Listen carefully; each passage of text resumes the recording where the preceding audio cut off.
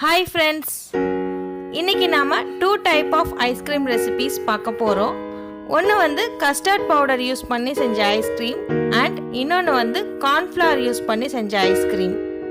இந்த ரெண்டு ice creamமும் milk மட்டுமே யூஸ் பண்ணி செய்யற ice creams. So இதுக்கு fresh cream, condensed milk, முட்டைன்னு எதுவுமே தேவையில்லை. ரொம்ப ஈஸியான ice cream recipe இது and இது ரொம்ப creamy-ஆ இருக்கும். இப்போ ஃபர்ஸ்ட் நாம கஸ்டர்ட் பவுடர் யூஸ் பண்ணி எப்படி ஐஸ்கிரீம் செய்யறதுன்னு பார்க்கலாம்.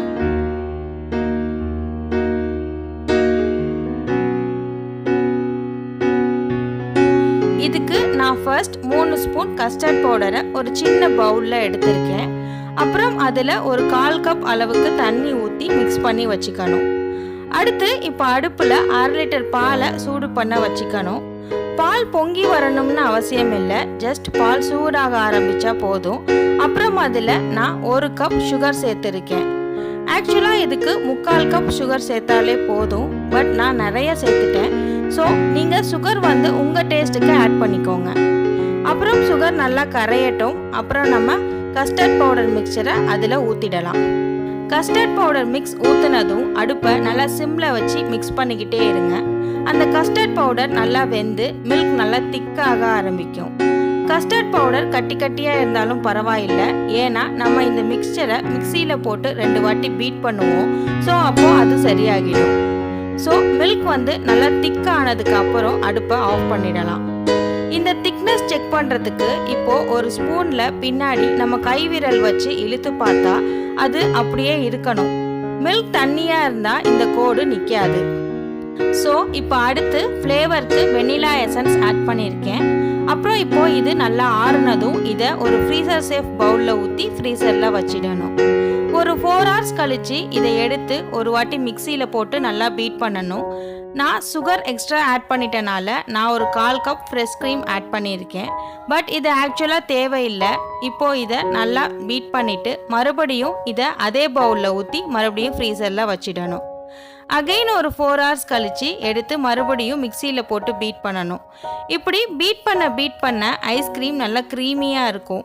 இல்லைன்னா ஐஸ் கிறிஸ்டல்ஸ் நிறையா இருக்கும் நம்ம ஐஸ்கிரீமில்.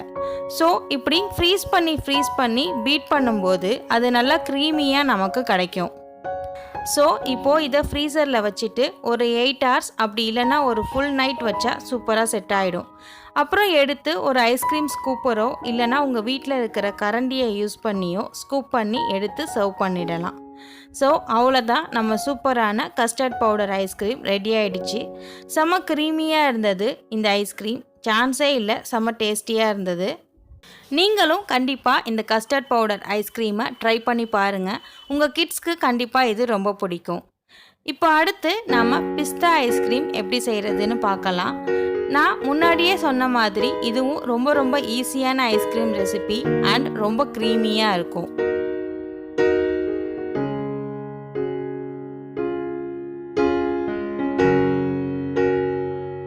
இதுக்கு நான் 3 ஸ்பூன் கார்ன்ஃப்ளவர் எடுத்திருக்கேன். அதை ஒரு சின்ன பவுலில் எடுத்துட்டு இதில் ஒரு 1/4 கப் தண்ணி ஊற்றி நல்லா மிக்ஸ் பண்ணி வச்சுக்கணும். இப்போ அடுத்து அடுப்பில் ஒரு பெரிய பாத்திரத்தில் 1/2 லிட்டர் பால் எடுத்து சூடு பண்ண வச்சுக்கணும். பால் லைட்டாக சூடு ஆனதும் அதில் ஒரு 3/4 கப் சுகர் சேர்த்து அது நல்லா கரைய விடணும். சுகர் கரைஞ்சதுக்கப்புறம் நாம் மிக்ஸ் பண்ணி வச்சுருக்கிற கார்ன்ஃப்ளவர் மிக்ஸை அதில் ஊற்றி அடுப்பை சிம்மில் வச்சு நல்லா மிக்ஸ் பண்ணிக்கிட்டே இருக்கணும். ஸோ தட் அந்த கார்ன்ஃப்ளவர் நல்லா வெந்து வந்து மில்க் நல்லா திக்காக ஆரம்பிக்கும்.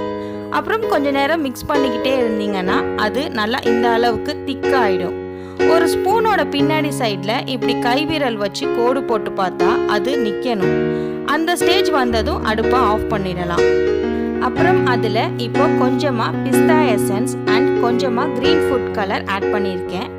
இந்த டைமில் நீங்கள் எந்த எசன்ஸ் வேணும்னாலும் ஆட் பண்ணிக்கலாம். அண்ட் ஃபுட் கலர் வந்து உங்கள் ஆப்ஷன் தான், வேணும்னா ஆட் பண்ணிக்கலாம், இல்லைன்னா ஸ்கிப் பண்ணிக்கலாம். இப்போது இது நல்லா ஆறுனதும் இதை ஒரு ஃப்ரீசர் சேஃப் பவுலில் ஊற்றி ஃப்ரீசரில் வச்சிடணும். இதையும் கஸ்டர்ட் பவுடர் ஐஸ்கிரீம் போல் 4 hours ஒன்ஸ் வெளியில் எடுத்து மிக்சியில் போட்டு பீட் பண்ணிவிட்டு மறுபடியும் பாக்ஸில் ஊற்றி ஃப்ரீசரில் வச்சுக்கணும். இந்த மாதிரி 2 times செஞ்சுட்டு அப்புறம் ஒரு 8 hours ஆர் ஓவர் நைட் வச்சுட்டு எடுத்தால் நம்ம க்ரீமியான பிஸ்தா ஐஸ்கிரீம் ரெடி ஆகிடும். செகண்ட் டைம் பீட் பண்ணதுக்கப்புறம் உங்களுக்கு விருப்பப்பட்டால் இதில் ஏதாவது நட்ஸை குட்டி குட்டியாக கட் பண்ணி ஆட் பண்ணிவிட்டு அப்புறம் ஃப்ரீஸ் பண்ணிக்கலாம். ஸோ இப்போது என் ஐஸ்கிரீம் ரெடி ஆகிடுச்சு. இப்போது இதை ஐஸ்கிரீம் ஸ்கூப் வச்சு ஸ்கூப் பண்ணி எடுத்து சர்வ் பண்ணிடலாம். ஐஸ்கிரீம் பாக்ஸ் வெளியில் எடுத்ததும் ஸ்கூப் பண்ண வராது. ஸோ ஒரு 3 to 4 மினிட்ஸ் கழித்து ஸ்கூப் பண்ணிங்கன்னா உங்களுக்கு நல்லா க்ரீமியான ஐஸ்கிரீம் வரும்.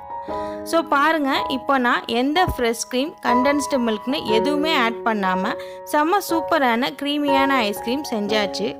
இது கடையில் வாங்குகிற ஐஸ்கிரீம் மாதிரியே சூப்பராக க்ரீமியாக இருக்கும். ஸோ நீங்களும் கண்டிப்பாக ட்ரை பண்ணி பாருங்கள். இந்த வீடியோ உங்களுக்கு பிடிச்சிருந்தா லைக் பண்ணுங்கள், உங்கள் ஃப்ரெண்ட்ஸ் அண்ட் ஃபேமிலி கூட ஷேர் பண்ணுங்கள், அண்ட் மறக்காமல் என்னோடய சேனலை சப்ஸ்கிரைப் பண்ணுங்கள். அப்படியே பக்கத்தில் இருக்கிற பெல் ஐக்கானையும் கிளிக் பண்ணிக்கோங்க.